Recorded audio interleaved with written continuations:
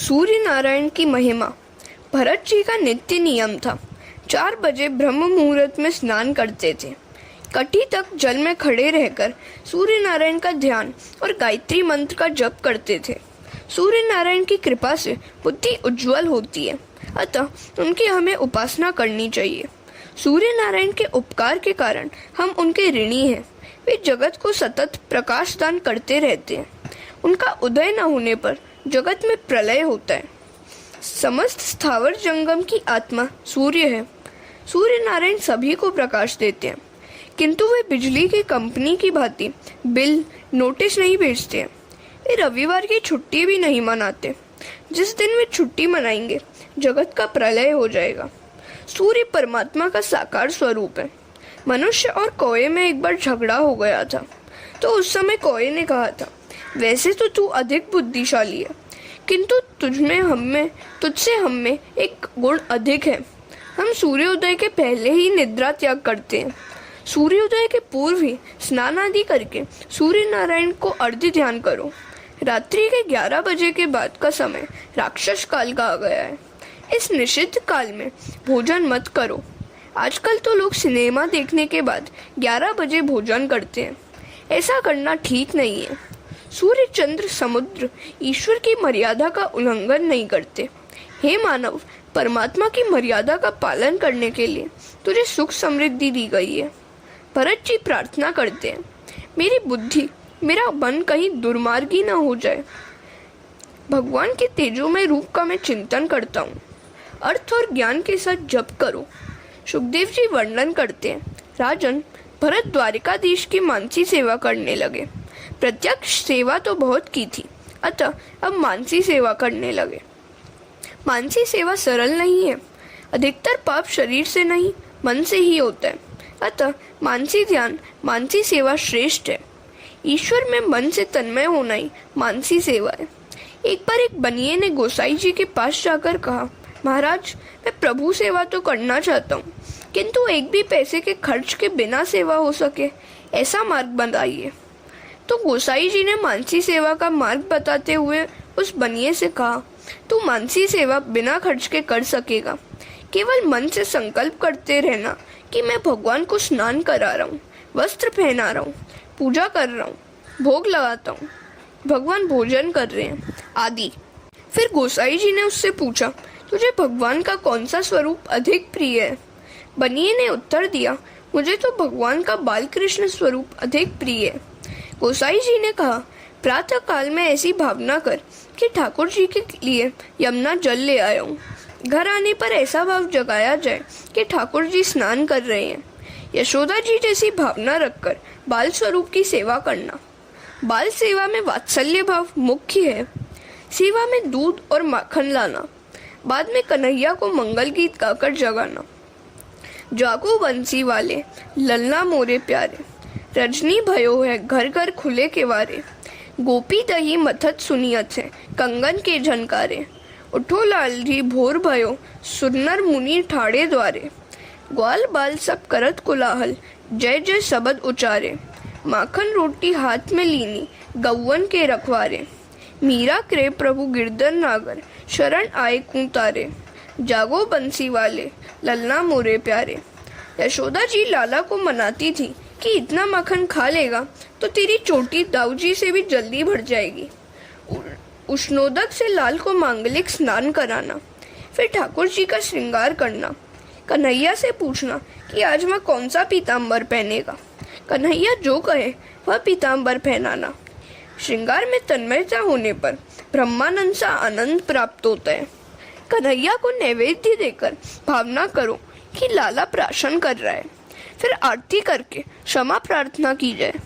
गोसाई जी द्वारा बताई हुई रीति के अनुसार बनिया श्री कृष्ण के बाल स्वरूप की मानसी सेवा करने लगा। प्रतिदिन प्रेम से मानसी सेवा करता था। वह इतना तो तन्मय होने लगा कि सभी वस्तुएं प्रत्यक्ष दिखने लगी। इस सेवा में मन की धारा टूटनी नहीं चाहिए। कोई लौकिक विचार आ जाए तो समझ लो कि सेवा खंडित हो गई। 12 वर्षों तक उसने मानसी सेवा की। अब एक दिन वह दूध लाया और उसमें चीनी डाली, किंतु उसे लगा कि लाला के दूध में आज कुछ अधिक चीनी पड़ गई है। बनिया यहाँ कैसे सह सकता था? स्वभाव सहज कृपणता कैसे मिट सकती है? प्राण और स्वभाव साथ साथ ही तो जाते हैं। उसने सोचा, जरूरत से अधिक जो चीनी दूध में जा पड़ी है उसे निकाल लूं, कभी दूसरे काम में उपयोगी होगी। अब यहाँ न तो बर्तन था, न तो दूध था, और न तो थी चीनी, क्योंकि वह तो मानसी सेवा ही करता था ना। फिर भी तन्मयता के कारण उसे सारी वस्तुएं प्रत्यक्ष दिखाई देती थी। अतः मन ही मन कल्पना में उस चीनी को निकालने लगा। कन्हैया ने सोचा कि जैसा भी हो, किंतु इस बनिए ने मेरी 12 वर्षों तक मानसी सेवा की है, अतः उन्हें प्रकट होने की इच्छा हुई। बालकृष्ण प्रसन्न हुए थे। उन्होंने प्रकट होकर बनिए का हाथ पकड़ा और कहा कि चीनी अधिक चली गई तो क्या हुआ? तूने एक पैसा का भी तो खर्च नहीं किया है। भगवत स्पर्श होने से वह बनिया सच्चा वैष्णव बन गया। वह भगवान का अनन्य सेवक बन गया। 12 वर्षों तक जो भी सत्कार्य नियम पूर्वक किया जाए उसका फल अवश्य मिलता है। शंकराचार्य भी कृष्ण की मानसी सेवा करते थे। भरत जी मानसी सेवा करते हुए तन्मय हुए हैं। सेवा करते हुए थक जाते थे तो ध्यान और कीर्तन करने लग जाते थे। हरे कृष्ण। प्रभु के पीछे जो लगता है उसे ही माया सताती है। सांसारिक विषयों में जो फंसा हुआ है उसे माया नहीं सताती, क्योंकि माया मानती है कि यह तो मरा हुआ ही है, फिर उसे और क्यों मारूं।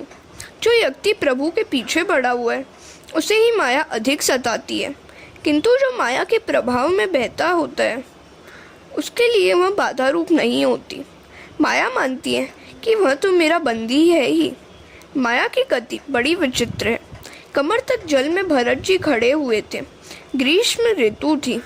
एक गर्भवती हरिणी प्रातःकाल जलपान करने आई। इतने में कहीं से सिंह ने गर्जना की, जिससे वह हरिणी भयभीत हो गई। उसने सोचा कि गंडकी नदी पार कर लूं।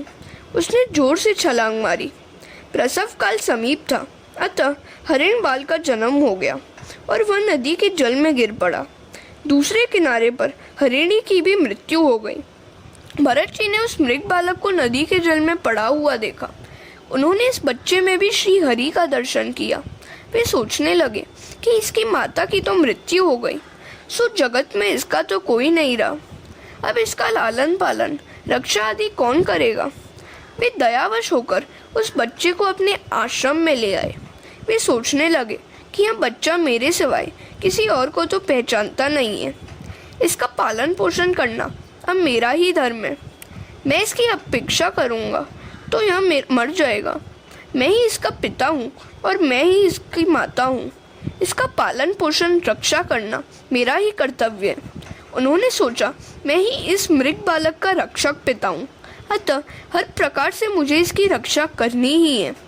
जीव मानता है कि मैं दूसरों की रक्षा करता हूँ। अरे तू क्या रक्षा करेगा? तू भी तो काल का ग्रास है।